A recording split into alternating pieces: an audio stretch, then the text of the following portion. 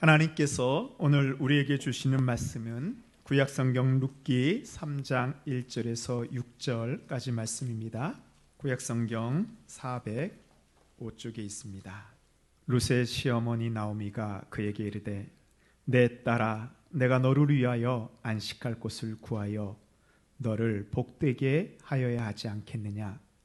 내가 함께하던 하인들을 둔 보아스는 우리의 친족이 아니냐. 보라 그가 오늘 밤에 타작마당에서 보리를 까불리라. 그런즉 너는 목욕하고 기름을 바르고 의복을 입고 타작마당에 내려가서 그 사람이 먹고 마시기를 다 하기까지는 그에게 보이지 말고 그가 누울 때 너는 그가 눕는 곳을 알았다가 들어가서 그의 발치 이불을 들고 거기 누우라. 그가 내 할 일을 내게 알게 하리라 하니 룻이 시어머니에게 이르되 어머니의 말씀대로 내가 다 행하리이다 하니라. 그가 타작마당으로 내려가서 시어머니의 명령대로 다 하니라. 아멘. 이것은 하나님의 말씀입니다. 아이들은 그렇습니다. 빨리 커서 어른이 되었으면 좋겠다라고 이야기합니다. 그런데 어른들은 어떻죠? 시간이 빨리 갔으면 좋겠어요?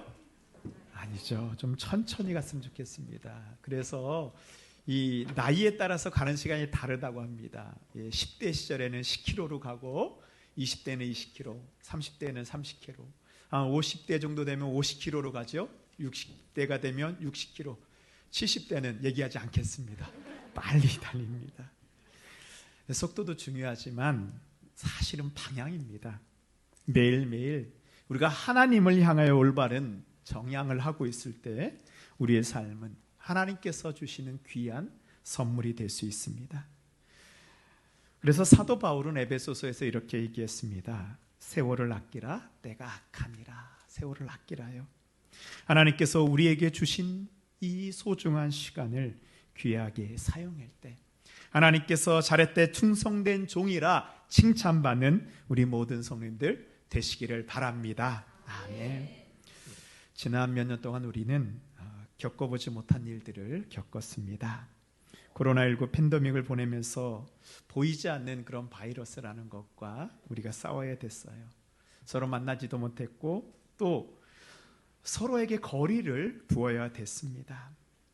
또 이렇게 전 세계적으로 보면 러시아가 우크라이나를 침공하여 벌써 1년째 전쟁이 계속되고 있습니다. 또 지진과 같은 커다란 재앙으로 인해서 많은 사람들이 고통당하고 있습니다. 경제적으로 지금 저희는 좀 덜 체감을 하고 있는데 계속 지속적으로 인플레이션이 일어나고 있고 높은 물가를 우리가 여기 있으면 잘 모르는데 한번 나갔다 오면 체험하게 됩니다.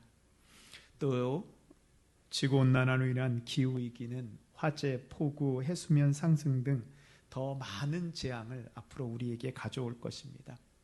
그래서 학자들은 뭐라고 얘기하냐 하면 지난 인류가 수천 년 동안 문명을 이루며 사는 동안 변화되었던 변화보다 최근 100년 사이에 일어났던 변화가 더 크다라고 이야기를 합니다. 지금 엄청나게 빠르게 우리가 변화의 속도를 살고 있습니다. 그런데 이 엄청난 변화를 겪으면서 우리 그리스도인들은 이 세계 속에서 하나님께서 여전히 세상의 주권자가 되시는지 우리는 질문하게 됩니다. 하나님이 여전히 나의 삶과 동행하시는지 의문을 가지게 됩니다. 우리의 가정, 직장, 기업, 세상 속에서 하나님의 손길이 여전히 우리를 인도하고 계시는 것을 믿으신가요? 오늘 말씀을 통해서 지금도 이 세상 속에서 역사하시는 하나님을 깨닫고 믿음으로 살아가는 우리 모든 성도님들 되시기를 바랍니다. 아멘. 첫 번째로 우리의 모든 문제에 대해서 하나님의 해결 방법이 있습니다. 룻과 나오미가 모압에서 인생의 실패자가 되어서 베들레헴으로 돌아오게 됩니다. 이들은 보호자가 없는 과부이고 땅이 없어 생계를 유지할 방법이 없습니다. 매일매일 어떻게 살아야 될지 걱정해야 되는 인생입니다. 베들레헴에 도착했을 때 룻과 나오미는 많은 문제를 가지고 있었습니다. 먹고 살아야 되는 가난의 문제, 이방 여인이라고 소외당하는 사회적 문제, 하나님의 백성으로 되어야 되는 신앙의 문제, 후손을 이어가야 되는 계보의 문제. 그런데 이 어느 이 문제도 해결하기 어려운 문제입니다. 그런데 이 모든 문제가 어떻게 해결되었을까요? 룻이 보리 추수할 때 땅에 떨어진 이삭을 주우러 우연히 보아스의 밭에 도착합니다. 그리고 그곳에서 보아스를 만나서 땅에 떨어진 이삭을 하루에 얼마를 주었다 그랬죠? 한 에바, 우리로 치면요 2마리 넘는 많은 곡식입니다. 그리고 보리 추수할 때부터 밀 추수할 때까지 있으면서 먹을 것과 안전을 보장받게 됩니다. 우리가 또 잘 아는 것 같이요, 이 룻은 나중에 보아스와 함께 혼인하여 기업을 다시 세우고 오벳을 낳아 다윗의 계보에 들어가는 영광을 누리게 됩니다. 그럼 제가 여기서 질문 하나 드리겠습니다. 룻과 나오미가 가지고 있던 이 많은 문제를 해결할 때 하나님께서 기적적으로 개입해서 해결해 주셨나요? 하나님이 광야에서 만내를 내리신 것 같이 하늘에서 룻에게 이삭을 내려주셨나요? 아니죠. 하나님이 보아스의 눈에 콩깍지를 씌워서 과부인 룻이 처녀처럼 예쁘게 보였나요? 아닙니다. 룻기를 읽다 보면 하나님이 개입하지 않았지만 어떻게 이런 일이 일어났을까요?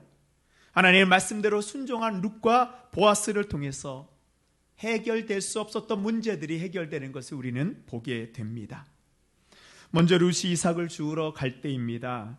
룻은 가난한 자가 먹을 것을 구할 수 있도록 율법에 정해놓은 하나님의 말씀을 붙잡습니다. 우리가 2주 전에 살펴봤는데요. 레위기 19장에 보면 너희가 너희의 땅에서 곡식을 거둘 때 너는 반 모퉁이까지 다 거두지 말고 내 떨어진 이삭도 줍지 말며. 보아스는요, 추수를 할 때 땅에 있는 모든 것을 더 거두면 자신의 소득이 더 많아지게 됩니다. 그러나 보아스는 하나님의 말씀에 순종하여 룻을 환대해 주고 보호하여 주었습니다. 이삭을 주울 수 있도록 해 주었어요. 하나님이 나타나지 않아도 하나님의 말씀에 순종한 보아스를 통하여 룻의 경제적 문제가 해결됩니다. 두 번째로 과부의 옷을 입고 이삭을 줍고 있는 불쌍한 여인, 이 룻과 결혼할 남자를 찾는 것은 쉽지 않았을 것입니다. 더군다나 룻은 이방 여인입니다. 율법에서 하나님의 총회에 들어갈 수도 없는 모압 족속입니다. 모압 여인을 아내로 맞아서 보호해줄 남자는 한 명도 없습니다. 그러나 율법에 과부를 보호하고 그의 기업을 세워주는 고엘법이 있습니다. 고엘법은 기업과 계보를 회복시키기 위한 하나님의 방법입니다. 레위기 25장 25절입니다. 만일 내 형제가 가난하여 그의 기업 중에서 얼마를 팔았으면 그에게 가까운 기업 물을 자가 와서 그의 형제가 판 것을 물을 것이요. 무너진 기업을 그의 형제가 대신 세워주는 기업 무르는 율법입니다. 또한 계보를 이어줄 수 있도록 하였습니다. 신명기 25장에 보면 형제들이 함께 사는데 그중 하나가 죽고 아들이었거든 그 죽은 자의 아내는 나가서 타인에게 시집가지 말 것이요 그의 남편의 형제가 그에게로 들어가서 그를 맞이하여 아내로 삼아 그의 남편의 형제된 의무를 그에게 다 행할 것이요 그 여인이 낳은 첫 아들이 그 죽은 형제의 이름을 잊게 하여 그 이름이 이스라엘 중에서 끊어지지 않게 할 것이니라. 계보가 끊어지지 않는 계대 혼인법입니다. 이방 여인 룻이 타작마당에 들어가 보아스에게 당신의 옷자락을 펴서 당신의 여종을 덮어달라고 말할 수 있었던 담대함은 바로 이 하나님의 약속을 믿는 믿음으로부터 나왔습니다. 또한 보아스가 룻을 자신의 아내로 맞아 룻과 나오미의 기업을 다시 세워줄 수 있었던 것은 바로 보아스가 이 하나님의 법에 순종하였기 때문입니다. 룻기를 묵상하면요, 하나님이란 말은 나오지만 하나님이 직접 등장하지는 않습니다. 하나님이 직접 기적을 일으키지도 않습니다. 그렇지만 룻과 나오미의 문제가 해결되고 있습니다. 이것은 하나님의 말씀에 순종한 믿음의 사람, 그 말씀에 순종했던 룻과 나오미, 말씀에 순종하여 기업 물을 자의 책무를 다 감당하였던 보아스가 있었기 때문입니다. 유대인들은 오순절이 되잖아요. 그러면 회당에 모여서 다 같이 룻기의 말씀을 읽습니다. 낭독합니다. 룻기를 낭독하는 이유는 무엇인가요? 하나님의 말씀 율법에 순종했던 사람들을 통해서 모든 문제가 해결되었다는 것을 다시 한번 믿음의 공동체가 확인하는 시간을 갖는 것입니다. 성도 여러분, 때론 세상에 하나님 없이 돌아가는 것처럼 느껴집니다. 세상이 하나님 없이 그냥 자신의 마음대로 살아가는 것 같습니다. 나의 직장에서 일어나고 있는 문제, 가정의 문제, 경제의 문제, 건강의 문제를 해결해 줄 수 있는 방법이 없어 보입니다. 그러나 하나님은 이 세상을 주관하시는 분입니다. 하나님의 말씀을 신뢰하고 순종할 때 하나님께서는 하나님의 말씀으로 우리의 모든 문제를 해결해 주실 것을 믿습니다. 두 번째로 우리는 신랑 되시는 주님을 맞을 준비를 해야 됩니다. 오늘 말씀은요, 룻의 결혼 준비에 대한 내용입니다. 시어머니 나오미가 자신의 며느리 룻에게 잘 대해준 이 사람이 바로 고엘, 기업 물을 자가 될 수 있는 것을 알았어요. 보아스가 이 룻의 고엘이라는 것을 알았습니다. 그러자 나오미가 바쁘게 움직이기 시작합니다. 오늘 읽을 말씀 1절 말씀입니다. 우리 함께 읽도록 하겠습니다. 시작. 룻의 시어머니 나오미가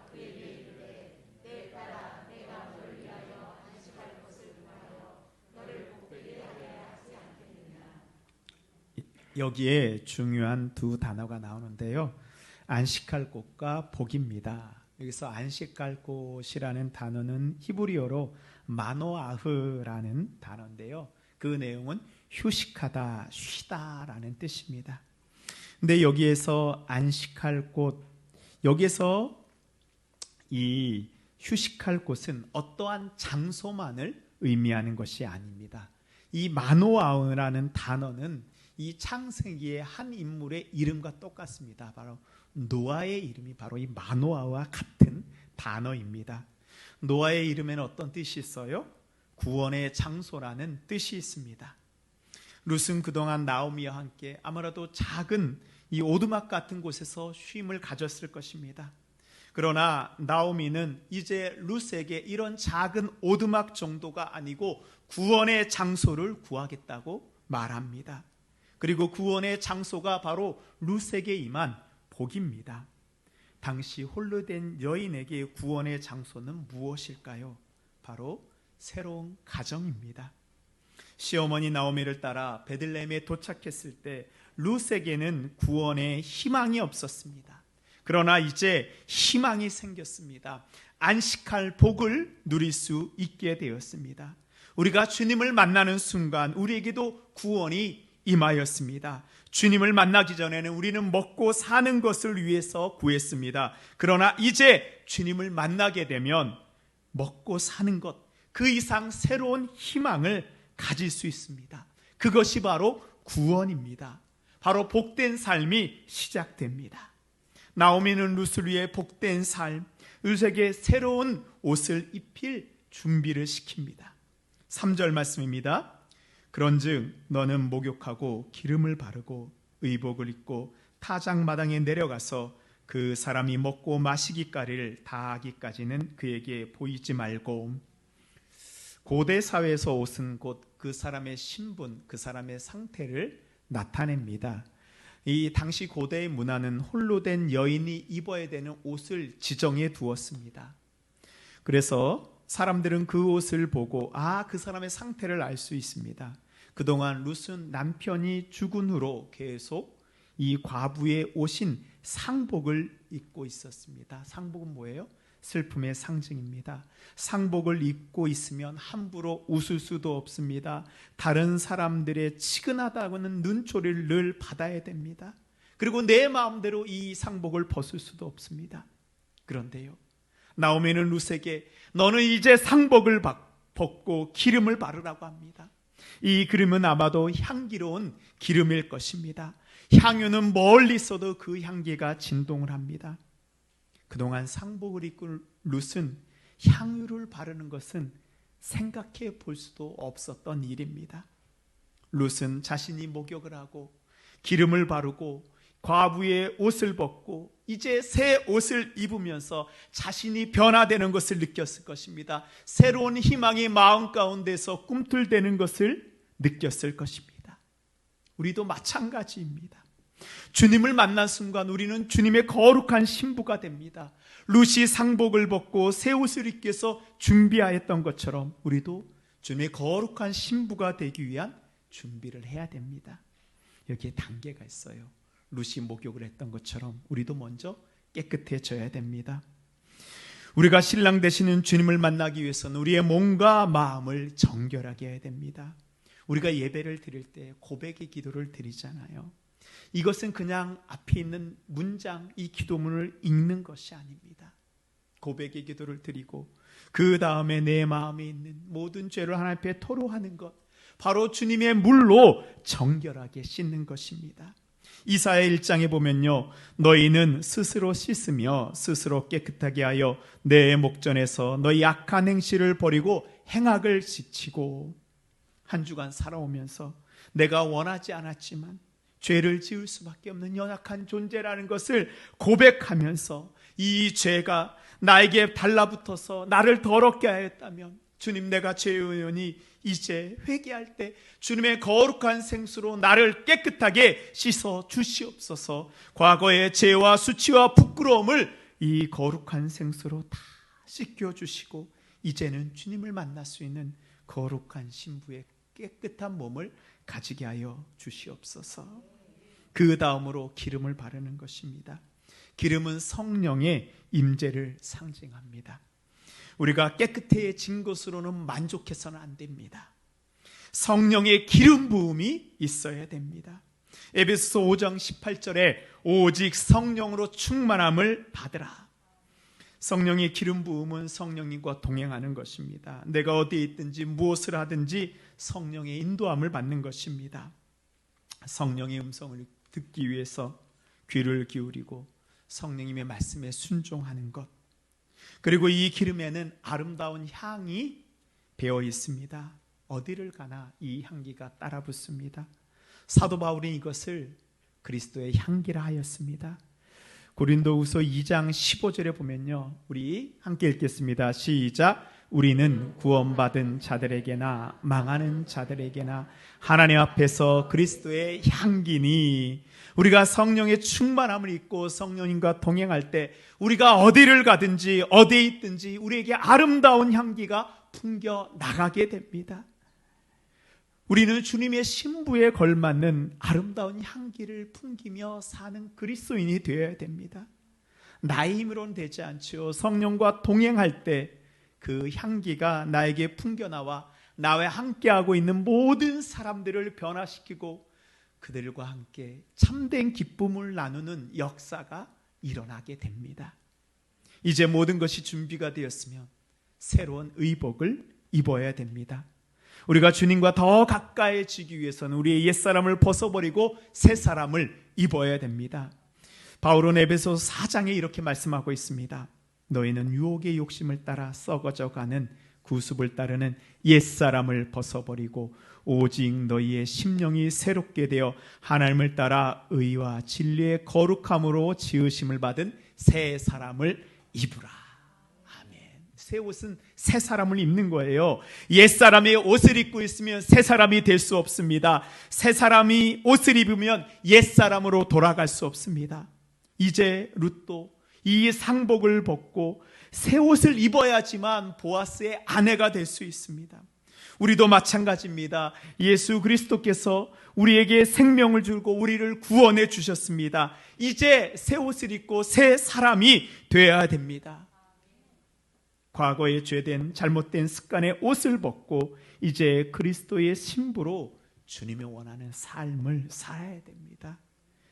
그리스도의 신부다운 새 삶을 살아야 됩니다. 이 인도네시아 이 오지에 가면 지금도 남아있는 풍습이 이 결혼을 하기 위해서는 신랑이 지창금을 준비해야 되는 풍속이 있습니다. 그래서 신랑이 신부를 데려올 때 신부의 부모에게 지창금을 주는데요. 인도네시아는 물소가 많기 때문에 물소로 선물해 줍니다. 이 물소가 기준이에요.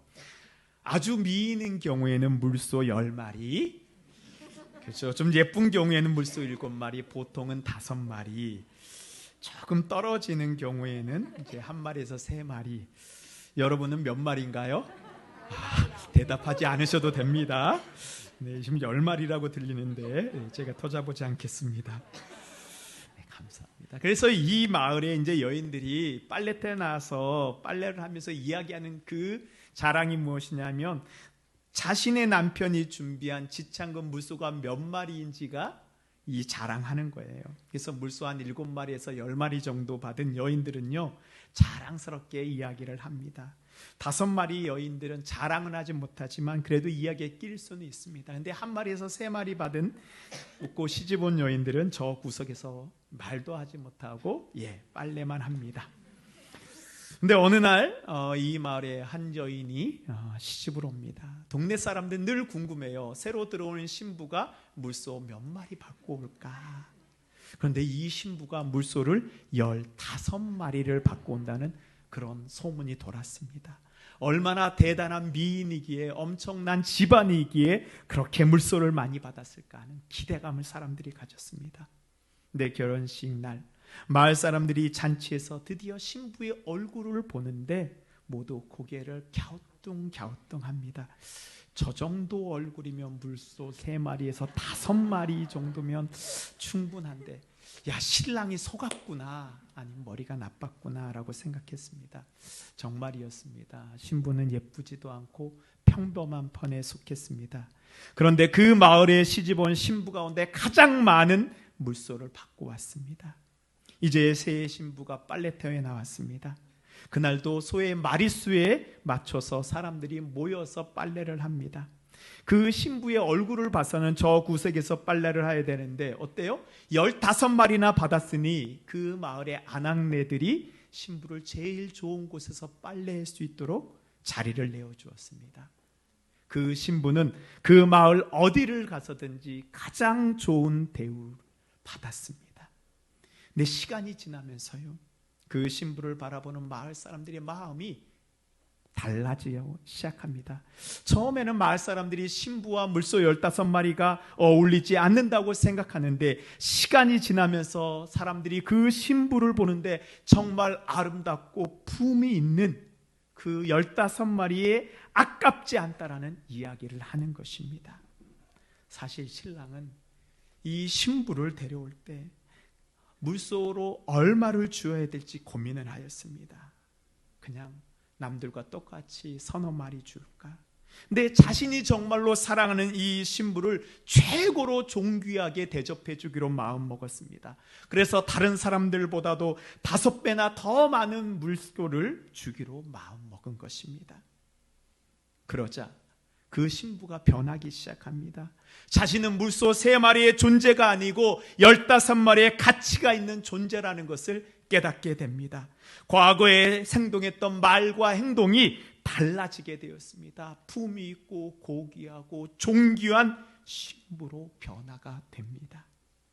예수님을 만난 우리도 이와 같습니다. 과거에 우리는 세상에서 세상에 온 육체의 정욕을 입고 내 마음대로 살았다면 이제 예수 그리스도의 신부로 그에 걸맞는 그 옷을 입고 살아야 됩니다. 그래서 바울은 고린도후서 5장 17절에서 그런즉 누구든지 그리스도 안에 있으면 새로운 피조물이라 이전 것은 지나갔으니 보라 새 것이 되었도다.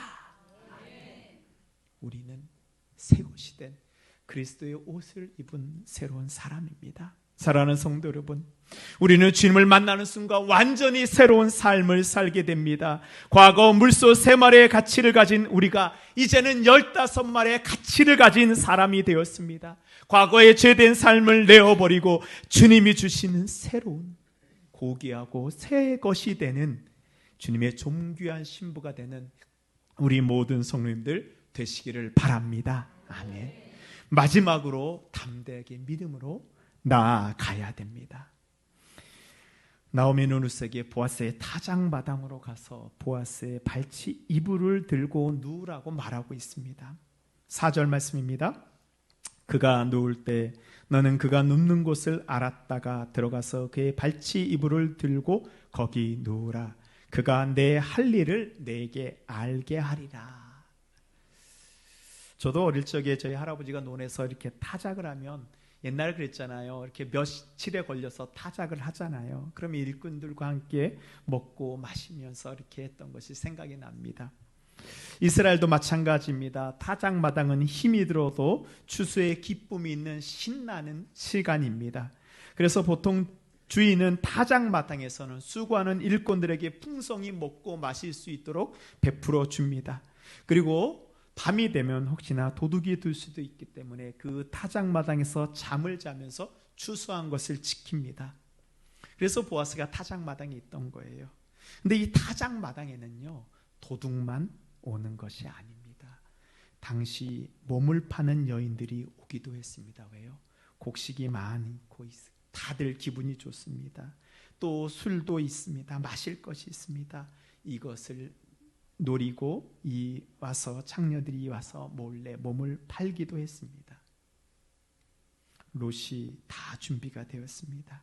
5절 말씀입니다. 롯이 시어머니에게 이르되 어머니의 말씀대로 내가 다 행하리이다 하니라. 이제 보아스의 타작마당으로 가야 되는데요, 용기가 나지 않습니다. 준비가 다 된 것 같지만 타작마당은 그렇게 쉬운 곳이 아닙니다. 혹시라도 사람들이 나를 알아보면 어떡하나, 보아스가 나를 거절하면 어떡하나, 나를 도둑으로 여기면 어떡하나, 나를 창녀로 여기면 어떡하나. 6절입니다. 그가 타작마당으로 내려가서 시어머니의 명령대로 다 하니라. 룻이 타작마당으로 내려가는 데에는 나오미의 말에 대한 순종이 필요합니다. 그리고 위험과 부끄러움을 무릅쓰는, 거절을 무릅쓰는 용기가 필요합니다. 룻이 모든 것을 다 준비했을지라도 타작마당으로 나아가지 못하면 아무것도 이루어지지 않습니다. 앞으로 나아가는 것이 진짜 믿음이고 순종입니다. 룻이 누구를 믿고 타작마당에 나아갔을까요? 시어머니 나오미의 말을 믿었을까요? 아니면 보아스를 믿었을까요? 아닙니다. 룻은 나오미를 믿은 것도 아닙니다. 보아스를 믿은 것도 아닙니다. 나오미 안에 있는 하나님, 보아스 안에 있는 하나님을 믿었습니다. 죽은 자에게도 은혜를 베푸던 보아스의 하나님이 나에게도 하나님의 자비 헤세드를 베풀어 주실 것을 신뢰하고 룻은 나아갔습니다. 우리가 하나님이 주신 은혜의 자리로 나아가는데 하나님의 말씀을 신뢰하고 나아가야 되는 믿음이 있어야 됩니다. 그리고 그 말씀을 순종하는 담대함이 있어야 됩니다. 히브리서 4장 2절 말씀입니다. 그들과 같이 우리도 복음 전함을 받은 자들이나 들은 바 그 말씀이 그들에게 유익하지 못한 것은 듣는 자가 믿음과 결부시키지 아니함이라. 우리가 그동안 왜 하나님이 우리에게 은혜의 자리를 예비해 주셨는데도 불구하고 우리의 삶에 유익함과 은혜가 없었던 것은 바로 우리의 믿음과 우리의 행동이 결부되지, 하나로 합쳐지지 못했기 때문입니다. 사랑하는 성도 여러분, 하나님의 말씀을 신뢰하고 그 말씀에 순종하여 이제 담대히 나아가십시오. 이방 여인 룻이 보아스의 신부가 되었던 것 같이 하나님께서 우리를 위해서 안식할 곳, 복된 곳을 예비해 놓으셨습니다. 이제 그곳으로 내려오라고 말씀하고 있습니다. 하나님의 말씀에 순종하여 새 옷을 입고 믿음으로 나아오십시오. 하나님의 놀라운 헤세드의 은혜가 우리의 삶 가운데 예비되고 일어날 것을 믿습니다. 그 믿음의 주인공이 바로 우리 성도님들이 될 것을 믿습니다. 기도하겠습니다. 하나님, 룻이 보아스의 타작마당에 내려갈 준비가 되었습니다. 그러나 그때 어떻게 내려갔을까요? 하나님, 나오미를 믿은 것도 아니고 보아스를 믿은 것도 아닙니다. 바로 하나님을 믿었습니다. 하나님 아버지, 주여, 우리 모든 성도들이 하나님 아버지, 이제 하나님 바라보며 믿음으로 나아가게 하여 주시옵소서. 하나님의 자비하심, 하나님의 헤세드가, 하나님이 이제 우리를 위한 하나님 아버지 그 준비된 곳, 그 안전한 곳, 하나님 그 은혜의 땅에 나아가는 주의 모든 백성들 되게 하여 주시옵소서. 하나님, 우리에게 많은 문제가 있습니다. 우리가 해결할 수 없는 문제가 있습니다. 하나님, 내가 어떻게 해결할 수 없습니다. 하나님, 그러나 이제 하나님 말씀 붙잡고 나아가오니 주여 역사하여 주시옵소서. 예수님의 이름으로 기도하였습니다. 아멘. 이제는 우리의 옛사람의 옷을 벗기시고 구원의 새 옷을 입혀주시는 예수 그리스도의 크신 은혜와 이 세상을 말씀으로 다스리시는 아버지 하나님의 무한하신 사랑하심과 주님의 신부로 이 세상에서 성결하게 살아갈 수 있도록 우리와 함께 하시고 인도해 주시는 성령님의 교통교제 역사 인도하심이 주님의 신부로 성결하고 성령 충만하고 새 옷을 입고 이 세상을 살아가기로 다짐하는 주님의 백성들 머리 위에, 우리의 가정과 자녀 위에, 믿음의 기업과 일터와 직장과 학업 위에, 주님의 몸된 동신교회 위에 이제부터 영원토록 함께 하시기를 간절히 축원하옵나이다.